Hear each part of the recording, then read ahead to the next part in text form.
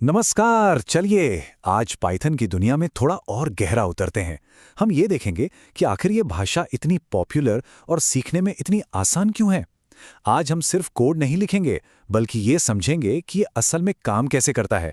मतलब एक यूजर से क्रिएटर बनने का सफर तय करेंगे। कभी सोचा है कि कुछ प्रोग्रामिंग कोड इतने साफ सुथरे और पढ़ने में आसान क्यों होते हैं, जबकि कुछ दूसरे कोड को समझना मानो एक पहेली सुलझाने जैसा लगता है। जानते हैं, इसी सवाल में पाइथन का असली जादू छिपा हुआ है। जरा स्क्रीन पर देखिए। बाईं तरफ है पाइथन का एक सिंपल सा उदाहरण, और दाईं तरफ हमने दिखाया है कि यही चीज दूसरी भाषाओं में कैसी दिख सकती है। ढेर सारे सिंबल्स और ब्रैकेट के साथ। फर्क तो एकदम साफ है ना। पाइथन ने जैसे सारी उलझन ही हटा दी है।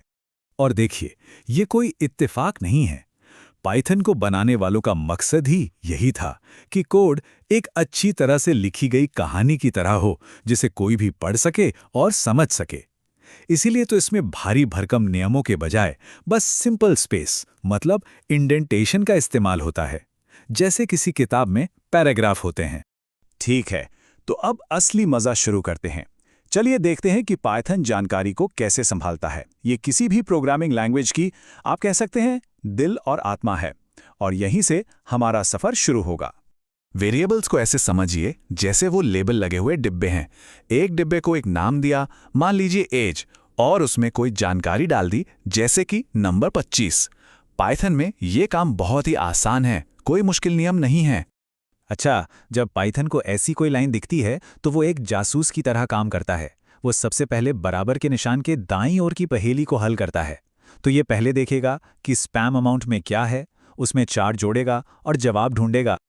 और जैसे ही उसे जवाब मिल जाता है, सिर्फ तभी वो इसे बाईं ओर के डिब्बे यानी वेरिएबल में डालता है।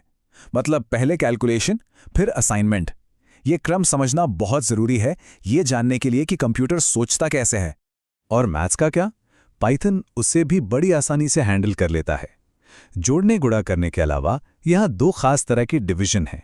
एक है स्लैश, जो आपको एकदम सटीक दशमलव वाला जवाब देता है, और दूसरा है डबल स्लैश, जिसे फ्लोर डिवीजन कहते हैं, जो सिर्फ पूरी संख्या देता है।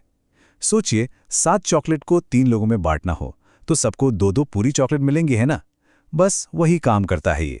तो अब जब हमने बेसिक चीजें देख ली हैं, तो चलिए पाइथन के पहले से बने बनाए टूल बॉक्स पर नजर डालते हैं। ये बिल्कुल एक मैकेनिक की टूल बॉक्स जैसा है, जिसमें हर काम के लिए पहले से ही सही औजार मौजूद है। फंक्शन को एक रेसिपी की तरह समझिए। एक बार लिख दिया, जैसे चाय बनाने की विधि, और फिर जितनी बार मर्जी हो उतनी बार इस्तेमाल कर सकते हैं, बिना हर बार शुरू से सोचे।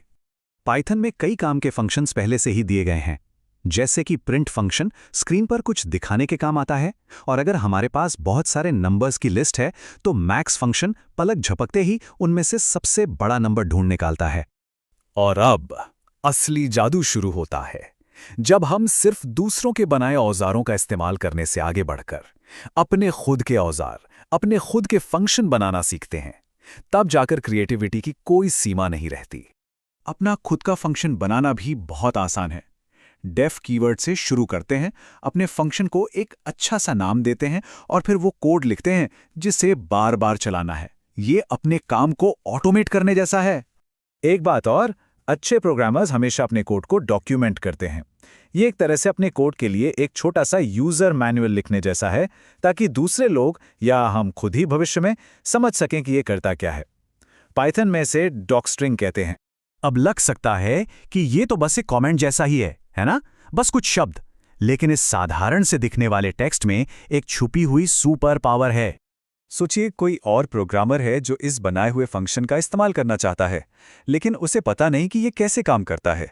तो वो बस एक जादुई कमांड का इस्तेमाल कर सकता है, हेल्प कोलन, और बूम, पाइथन वही लिखी हुई डॉक स्ट्रिंग को एक ऑफिशियल मैनुअल की तरह स्क्रीन पर दिखा देता है।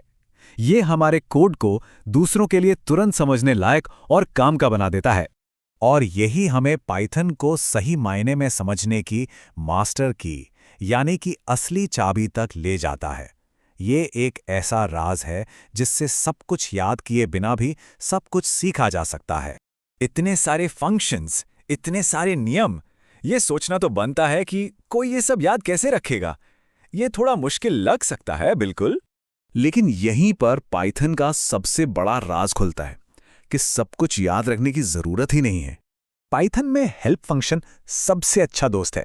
ये एक यूनिवर्सल मैनुअल की तरह है जो किसी भी फंक्शन के बारे में वो सब कुछ बता देता है जो हमें जानना जरूरी है। मतलब बात रट्टा मारने की नहीं, समझने की है। ये आत्मनिर्भर बनाता है। तो संक्षेप में, महारत हासिल करने के लिए ये रही चेकलिस्ट। इसे एक गाइड की तरह इस्तेमाल करें और सबसे ज़रूरी बात, हेल्प फंक्शन का इस्तेमाल करके नई चीज़ें आजमाने और एक्सपेरिमेंट करने से कभी ना डरें। तो अब जब समझने की ये चाबी हाथ लग गई है तो सवाल बस एक ही बचता है, सबसे पहले क्या बनाया जाए। संभावनाएं अनंत हैं और अब उन्हें एक्सप्लोर करने का टूल भी हमारे पास है।